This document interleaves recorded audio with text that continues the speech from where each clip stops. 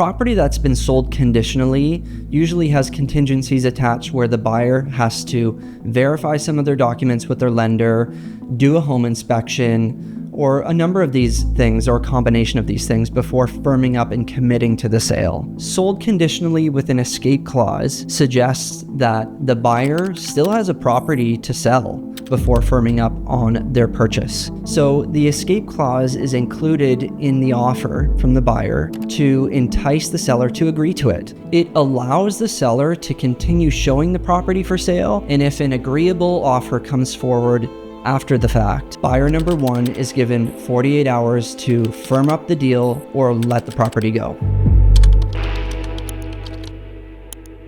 I had this recent experience with past clients of mine who had sold their property with me in the GTA, moved out of province as a fun adventure for their young family, and more recently decided to come back home and spend more time with family and friends. So we started the process and we were looking for homes, and we identified this particular property on 2 acres in a beautiful sought-after neighborhood that was just very dreamy, really checked a lot of boxes for them. Early on in our search, we submitted an offer for this property contingent on several things: financing, home inspection, and of course selling their current home. We were unsuccessful. The stars weren't aligned, the seller did not agree, and it's a difficult offer to accept as a seller. That's just the truth.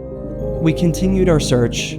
I went door knocking. I went looking for sellers who might not be for sale right now, but they're thinking about selling, but they own a property that ticks my client's boxes. Again, no luck. Nothing really turned out to be quite the same as that first property. Fast forward several weeks, and my client's out-of-province home has finally reached a conditional deal with a buyer, giving us more confidence to submit offers on other properties here in Ontario. We couldn't stop thinking about that first property on 2 acres. Unfortunately, it was sold conditionally with an escape clause to another buyer. Knowing the escape clause was there was a small chance that things could work out for us. We decided to visit the property for a third time and made the decision to go for it. We put together another conditional offer, similar terms to the first round, but a little bit more of an enticing price, and the seller bid on it. We negotiated back and forth a couple of times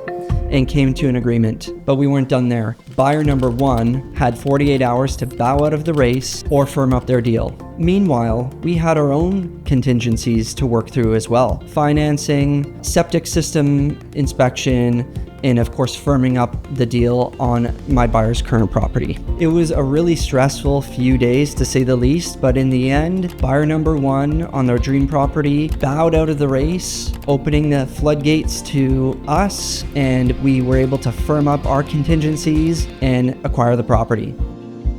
What a great success story and a great experience for both me as a real estate professional and my buyers who found and acquired their dream home.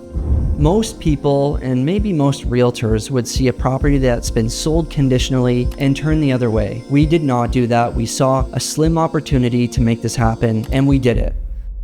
My name's Eric Hahn. I'm a real estate agent with Finney Real Estate here in Oakville and Mississauga, west of the GTA. If you're curious about what's next in your real estate journey, you can reach out. I hope to speak to you soon.